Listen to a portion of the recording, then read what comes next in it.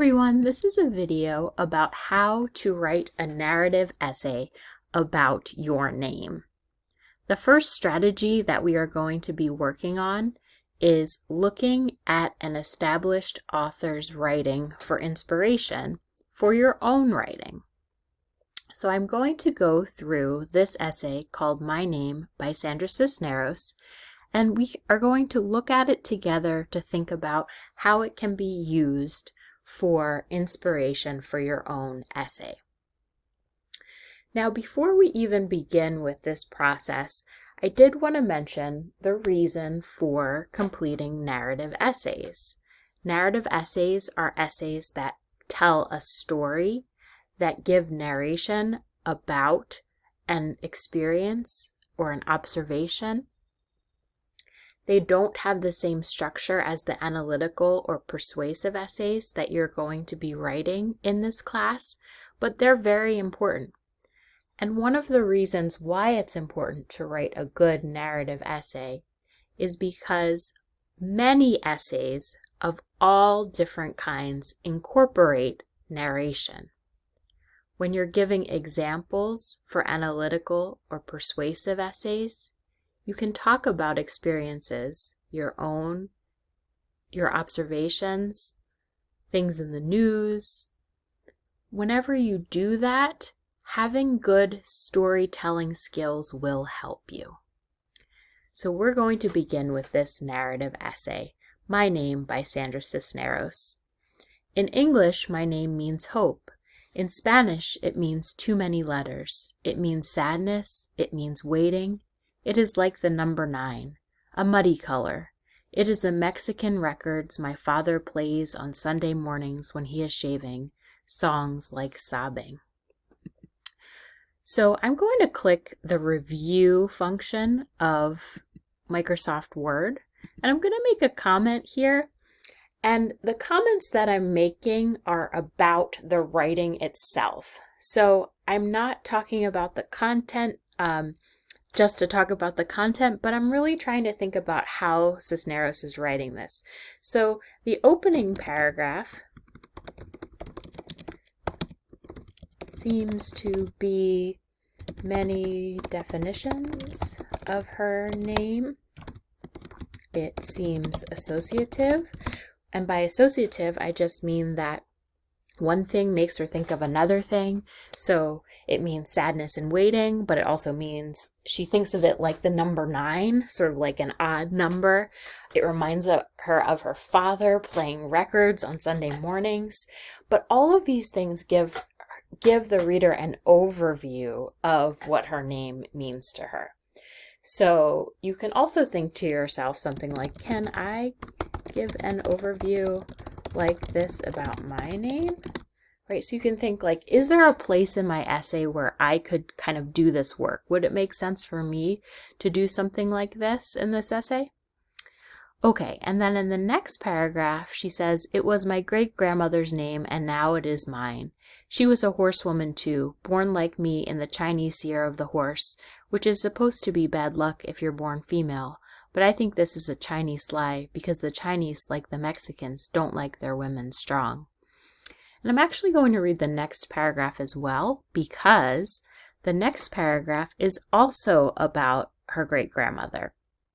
My great-grandmother, I would have liked to have known her, a wild horse of a woman, so wild she wouldn't marry, until my great-grandfather threw a sack over her head and carried her off, just like that, as if she were a fancy chandelier. That's the way he did it. So if we're looking at this like writers, you can notice that she's talking about a family member. Cisneros is talking about a family member. She begins by talking about the connection between the family member's name and her name, and then tells the story of her great-grandmother. Kind of the tall tale around her great-grandmother, the mythology around her great-grandmother, that basically the author's great-grandfather or the speaker's great-grandfather just sort of made the great-grandmother marry him, despite her being really wild. Okay, so as you can see, we're kind of looking at the essay, and we're noticing that she's not just focusing on the history of her name, but she's really looking at like the things around her name, about her relatives, her family history, and all of the things thinking about her name reminds her of.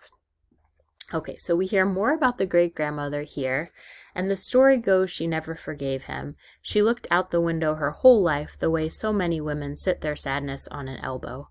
I wonder if she made the best with what she got, or was she sorry because she couldn't be all the things she wanted to be?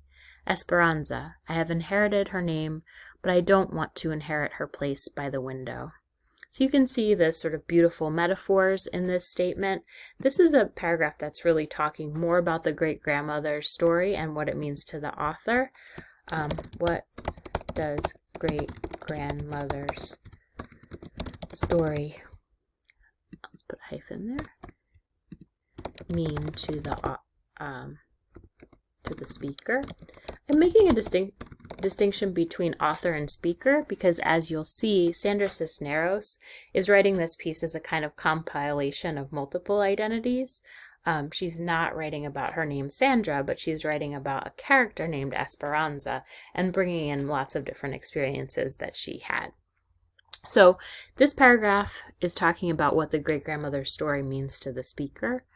And you can think like, is there something that a family member taught me, or a model that I do or don't want to follow? So you can be like, so let's say you have your father named you and you're estranged from your father. You could talk about that type of a thing. So you kind of look at it and you're like, okay, how does this relate to me? And I think when we read, we do this anyway. But reading it like a writer can be really, really good because you can sort of immediately think, okay, how can I use the strategies that are here to help me? And then this final paragraph here is about about the name itself and how it sounds and what she would like to change her name to. So at the end of this paragraph, she says, I would like to baptize myself under a new name. Put the I there. I would like to baptize myself under a new name, a name more like the real me, the one nobody sees. Esperanza, as Lysandra, or Maritza, or Zizi the X. Yes, something like Zizi the X will do. So she's talking here about what kind of name or identity would she like? Okay, so you can also see that on Canvas, we'll pull this up, there's a brainstorming sheet, and it sort of takes the main ideas that we looked at in this piece and it turns them into questions. So you can think about, what does your name mean? What does it mean to you? Just like she did in her first paragraph. How does it relate to her family? That's where Cisneros, how does it relate to your family? That's where Cisneros was talking about how it related to her family. Were you named after anyone? How do you feel about your family? And you can answer these questions, and then these questions can become paragraphs in your essay. Now, you want to make sure that you don't copy Cisneros' structure so specifically that you're really plagiarizing her way of doing things. And one way to make sure that you don't do that is just to think about your organization. So if you brainstorm all of these examples, maybe you're going to start with like what you wish your name would be, or maybe you have less to talk about how your name relates to someone in your family and more about how your name relates to characteristics that are true to you and your experiences. When you're writing this, you should not look up information about your name online. I know this is hard and scary. You can look up just the basic definition, like you can look up, the origin of the name, like is it a name of Greek origin that means hope or something? That's good. But beyond that, you really shouldn't look up stuff in the internet because you can see There's plenty to write about if you narrate or storytell about your experiences and your family and anything that you think of when you think about your name. So this isn't really a research essay about your name where you're looking up all kinds of things. It's really an essay, an opportunity for you to tell stories about your life and your experiences using your name as a way to structure or provide focus to your essay. If you don't know a lot of information about your name, it can be helpful to talk to relatives. If you have relatives available to you, you can maybe text them. You can think about childhood experiences that you in some way link to your name. And you can also think about the brainstorm that you did as part of a class discussion. And finally, if you have further questions about writing a narrative essay about your name, you can reach out to your professor for more help. Good luck with this assignment.